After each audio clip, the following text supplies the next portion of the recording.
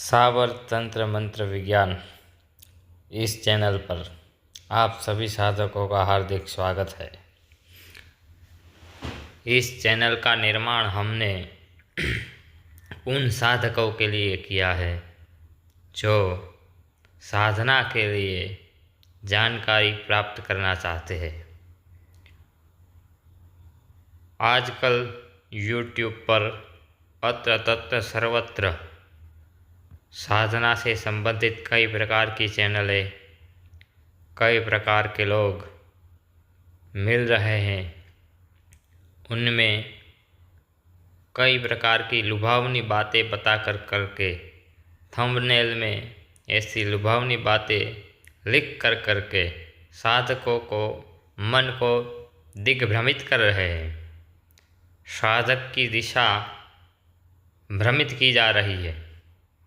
कई प्रकार के लोग शक्ति ट्रांसफ़र, ऊर्जा ट्रांसफ़र के नाम पे लूट चला रहे हैं और न जाने कैसे कैसे मंत्र प्रदान कर रहे हैं जो किसी भी प्रकार के शास्त्र और साबर मंत्र के अंतर्गत मिलते नहीं हैं। ऐसे ऐसे मंत्र मनमुखी रूप से अपनी स्वयं की इच्छा से जो मन में आया ऐसा लिख कर बोल कर मंत्र बना दे रहे हैं और साधकों को प्रदान कर रहे हैं। ये सब देख करके हमारे मन में बहुत क्षोभ उत्पन्न हुआ। इसलिए हमने इस चैनल की रचना की और इस चैनल पर आपको तंत्र मंत्र संबंधी सारी प्रकार की जानकारी प्रदान की जाएगी। साधकों को किस प्रकार से साधना करनी चाहिए उसके लिए ये वीडियो बना रहा हूँ। तो साधक सर्वप्रथम किसी गुरु को धारण करे, गुरु को जान कर ही धारण करे।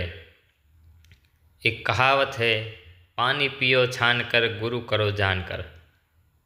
हर किसी को देख करके, किसी के चमत्कारों को देख करके उसको गुरु न माने। गुरु की भी परीक्षा करे, उसको भी देखे, सोचे, समझे, उसके बारे में चिंतन करे, मनन करे, तभी उसको गुरु करे। तो सर्वप्रथम आप किसी गुरु को धारण करें, गुरु से मंत्र ले। साधक के लिए सबसे पहला स्टेप यही है कि वो गुरु को धारण करे और गुरु से मंत्र ले और उस मंत्र को कैसे करना है सिद्ध, इसका विधि विधान जान ले।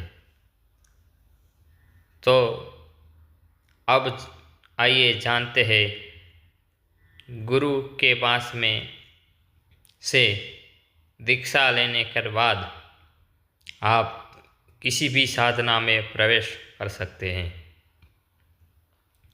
दूसरी बात, आप जिस भी मंत्र या देव देवता, भूत, प्रेत, यक्ष, गंधर्व, किन्नर, अप्सरा आदि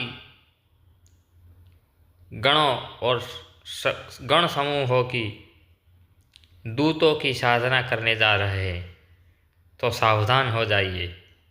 साधना हर किसी के लिए, साधना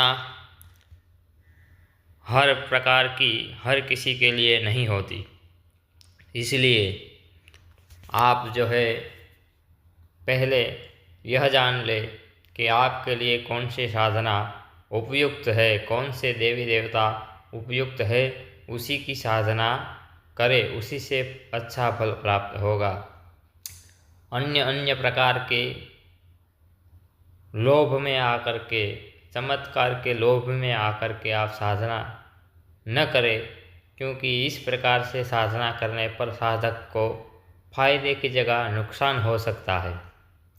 इसलिए आप सर्वप्रथम यह जान ले कि हमारे लिए कौन से देवी देवता,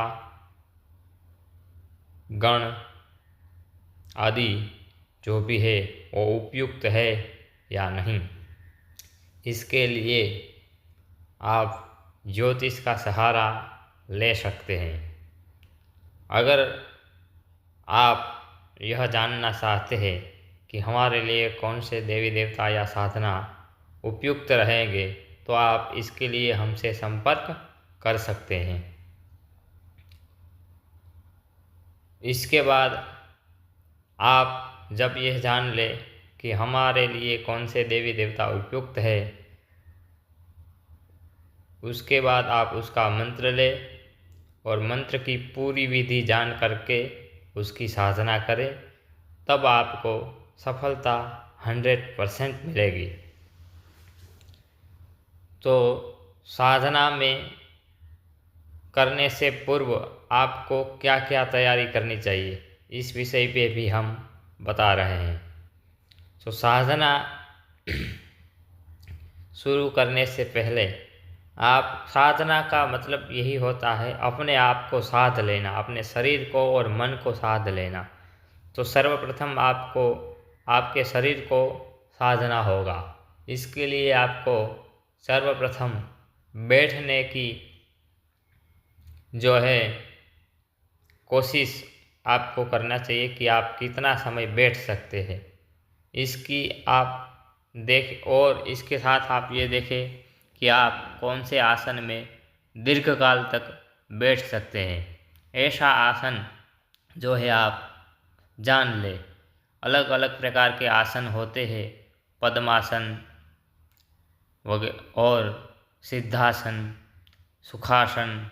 इसमें से आपको जो आसन ठीक लगे, जिस आसन में आप दीर्घ समय तक बैठ सकते हो, ऐसा आसन चुन ले। फिर उस आसन में बैठने का प्रयत्न करें, कम से कम 3-4 घंटा, 5 घंटा, 6 घंटा, ऐसे ऐसे अपनी बैठने की जो है प्रैक्टिस बढ़ाते जाइए। जब आप बैठने की प्रैक्टिस बढ़ा लें, उसके बाद आप अपने मन को नियंत्रित करने के लिए ध्यान आरंभ करें। ध्यान किसी भी चीज़, किसी भी वस्तु, किसी भी स्वरूप का हो सकता है। अगर इन सब के चक्कर में नहीं पड़ना चाहते तो अपने आप पर ध्यान करें, अपने सांसों पर ध्यान करें। इससे अच्छा और कोई ध्यान नहीं है। तो आप सबसे बेहतरीन है कि आप अपने सांसों पे ध्यान दें। अपनी भ्रुकुटी के मध्य में आज्ञा चक्र जहाँ होता है, उस जगह पर ध्यान करें। इससे आपका मन जो है भटकना धीरे धीरे बंद होगा।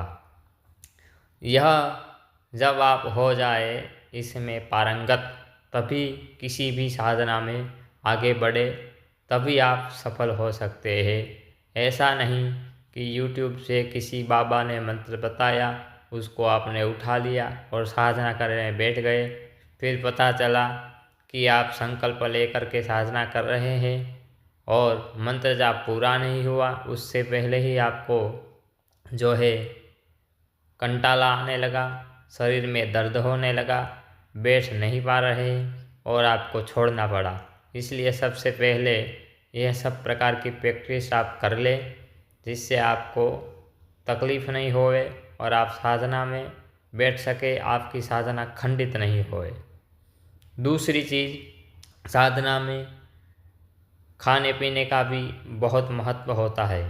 साधना करने से पहले आपको अपने आहार विहार को ध्यान में रखना होगा। साधना करने के लिए आपको सात्विक भोजन करना चाहिए। सबसे ज़्यादा अच्छा है कि आप अपने हाथ से बना ही भोजन पाइए। इस प्रकार से रहने पर भी आपको साधना में जल्दी सफलता मिल सकती है। इस प्रकार आप जो है साधना करने के लिए पूर्व तैयारी कर लें। इसके बाद जब भी आप साधना करते हैं तो साधना जो करने जिस जगह करते हैं उसी जगह आपको भूमि शयन करना चाहिए, ब्रह्मचर्य का पालन करना चाहिए, प्याज लहसुन को त्याग देना चाहिए। इससे आपकी साधना करने की शक्ति जो है बढ़ जाएगी। तो खान पान को सुधार करना चाहिए। यह सब हो जाए तब आपको जो गुरु मंत्र मिला है उसकी सिद्धि प्रथम कर ले। उसकी सिद्धि करने के बाद ही आप किसी भी साधना में प्रवेश कर सकते हैं। आज के लिए बस इतना ही। आगे के वीडियो में हम साधना की शुरुआत कैसे करें उसके विषय में बताएंगे। तब तक के लिए हर हर महादेव।